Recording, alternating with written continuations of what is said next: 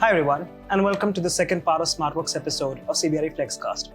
For this part, we're joined by Mr. Binani, who's the founder at Smartworks. And Harsh, thank you for joining us, and welcome to CBRE FlexCast. So, thank you, Pulkit. It's always a pleasure, and glad to be spending time together today. As always. So quickly, Harsh, right, diving into our conversation, what do you think is Smartworks' biggest edge over their competition today, or their peers today?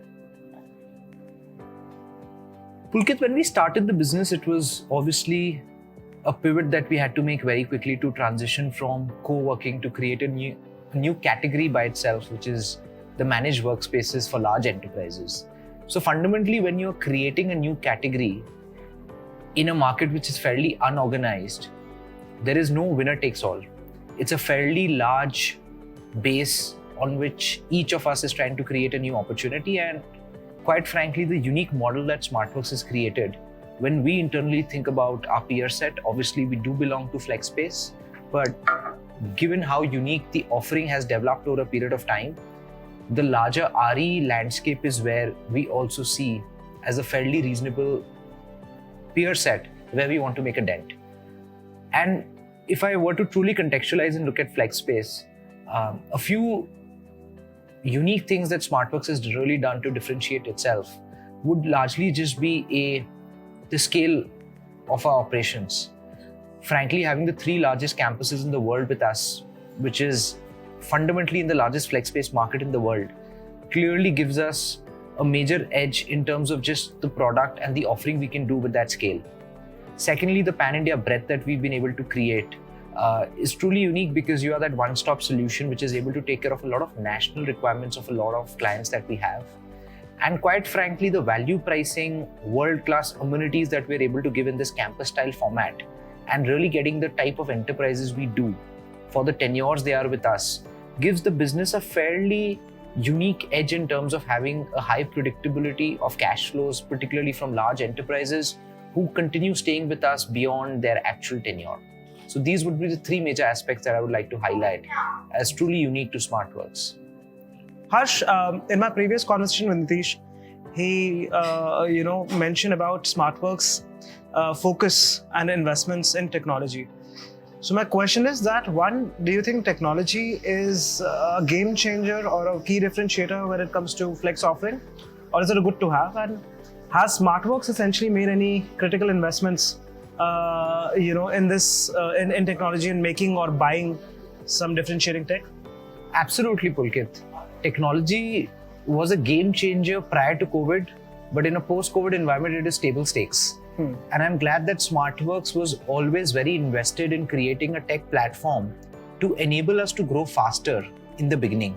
We made fairly strong investments in this prior to COVID, whether it was our mobile app, which is the platform through which any of the Smartwork occupier can engage with the larger campus ecosystem, whether it's accessing the building or consuming grocery or laundry or food, or quite frankly, just raising complaints or tickets for better service. What was essentially a good to have became a necessity in a post-COVID environment because this really enabled fast-track adoption post-COVID. And you will agree that real estate, hospitals, healthcare are generally slower when it comes to technology adoption, but COVID has changed all of that. And now we truly believe that the entire tech layer at Smartworks, right from identifying the buildings, to managing the design and the entire project management, to engaging the admin and the SPOC of a particular occupier, we've taken a 360-degree approach in making sure the tech layer, which is a mix of IoT-based hardware to software-based applications which can turn your desk into a smart desk, for example. We have created a very unique prop tech offering, which is now being externalized through a new subsidiary of ours, which is now going to start its monetization journey by deploying the same technology which has helped Smartwork grow faster, give a better experience to its clients, to the set of clients we cannot cater to at Smartworks. And we truly believe the offering that we have today is not a game changer. It is a necessity to ensure we deliver the delightful experience that Smartworks is about.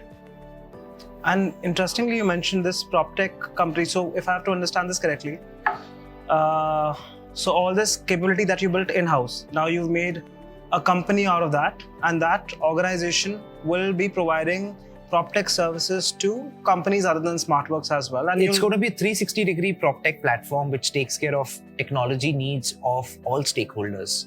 Landlords at the beginning to better manage their buildings, then move towards the client SPOC and the admin who have to take care of the entire admin needs of a particular organization which occupies space. And it would take care of varied needs such as complaint management, invoicing, space management, to finally the customer, who would then be able to engage through the entire mobile application, which could either be white labeled for the organization, and all the features right from smart parking to access control to consuming, shopping, all of that will be packaged together. And Smartworks has been at the forefront of a lot of cutting edge innovation. For example, we were the first ones in the world to actually deploy an AI-powered robot who was taking care, it was called Mitri, which was taking care of the cleaning as well as the visitor management needs. And we've always taken feedback to make the product offering stronger and more relevant. And both of us being young also understand the entire needs of millennials, and we're still learning. But we do know that this is here to stay. Very interesting. I think that bot was deployed at your Hyderabad facility first. That's right. It's yes. And thanks for that insight, Harsh. But I also see on the wall on my right that there's a lot of amenities that are a part of this campus, and perhaps every campus of Smartworks. So are they all functional? And can we take a tour of them while we? It will be a pleasure to show you around. And quite frankly, amenities is the core of what Smartwork offers as its product in a campus style setup. And in our early days when we were trying to design the product and attract enterprises to come to Smartworks, one of the fundamental insights was you need happy and engaged employees throughout. It's important that you retain them and create an entire ambience which makes it a very attractive workplace for anyone to come and actually start working. Harsh, again, speaking of all of these amenities that you've built, and a lot of things in this center are international standard, as we discussed, right? Now, which makes me ask, right? You know that there are a lot of international operators right now that are looking to enter the Indian market because of the opportunity. So do you think there's any barrier to entry for these kinds of operators to enter this country? That is one. And do you also ever feel that you would want to go outside India as Smartworks in open locations? Both are very interesting set of questions. And I would like to share my view individually on each. And the question is also very relevant for its time and not limited only to the flex space. If you were to now think about the larger Indian startup ecosystem, we are going through fundamentally a very interesting time where you know that the next decade is well poised for India's growth. And the previous decade saw a lot of new global ideas come into India. But frankly, if you think about the players who have really now scaled up and grown, it is true that a lot of international operators across businesses have come in and taken a bite size into India. Correct. And there are several successful cases of the ones who've also scaled up and expanded. But we truly believe that you have to Indianize any great idea to make it very relevant to the Indian market. For an Amazon, you had a Flipkart. For an Uber, you had an Ola. And exactly that is what we realized, that co-working as a product for India, while global in its origin, would not get us to a fairly scaled up outcome. And the biggest barrier for any international operator, and today the industry is about 7 years old, we being the largest in the space, there is a certain vintage also that we've been able to build where you have also had a lot of international operators take presence here. The learning curve that you need to understand the Indian market, whether it's designing the product from a co-working to a managed workspaces, or pricing the product in a manner where it becomes value accretive to any occupier, where you deliver cost savings yet deliver a great experience, or design your entire experience keeping in mind the Indian sensibilities. All of that truly ends up becoming a major barrier, beyond obviously the fact that if you're doing the business the right way, it has to deliver value to all stakeholders. You have to be profitable at a center level. You have to deliver the right unit economics all of that goes along with the entire aspect of making sure that your barrier is the fact that you understand India very well and you've created an international product now, which we truly believe is unique. And why should we not have an aspiration that today India gives you a phenomenal opportunity to grow and scale up? And we today are at 8 million square foot with fairly ambitious plans to scale up the platform to 30 million square foot over the next 5 years. But why can a Indian product coming originally from overseas and getting morphized into an Indian product create a brand which can glow globally? And while we feel the time right now might not be very apt for our international expansion, but it will be truly a very proud moment as an Indian if you're able to create a services brand which can have its presence in a London, Paris, Frankfurt. And we are ambitious to do this. And back in the day when we started, obviously a lot of things which we were doing was the first. And we were oftentimes questioned that really, do you want to be so bold and daring? And this will be the next big bold move. I would hope so. Absolutely.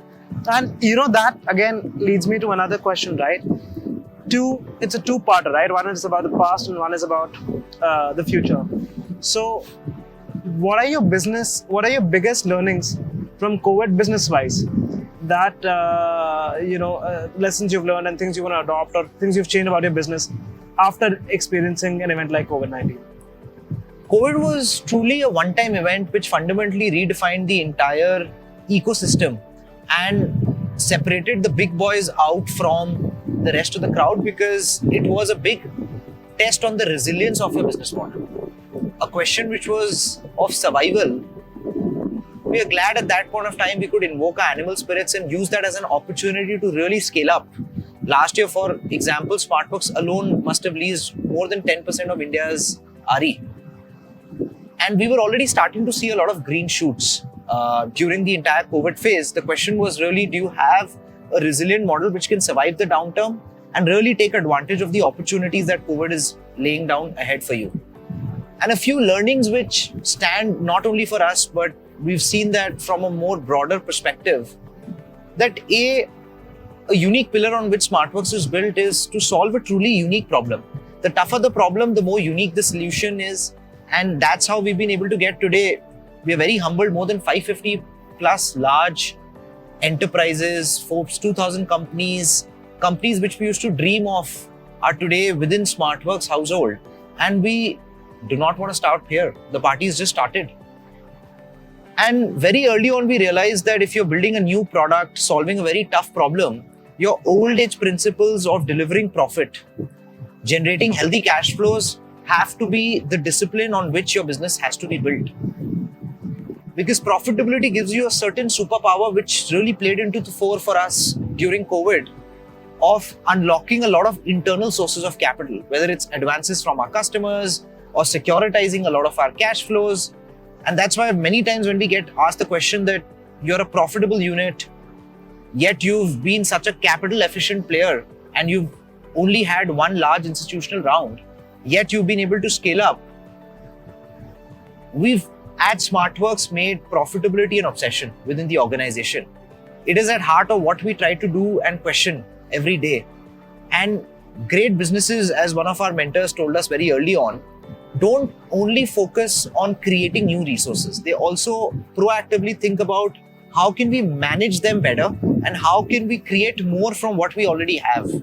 And we are just at the start of that journey, but some of these learnings fundamentally, while they were at fore prior to COVID, but they really came into being post-COVID and enabled us to grow as fast as we did. Well, Ash, I think everybody admires your enthusiasm and your passion towards this sector and this business, and that's clearly one of the key factors that has gotten you, Nitish, and Smartworks so far. And it's always very engaging and insightful to have these conversations with you. So thank you for giving us another one of them. Thank you so much, everyone, for tuning into this episode of CBRE FlexCast. We shall see you soon again with another eminent personality from the Indian flex industry. So until next time.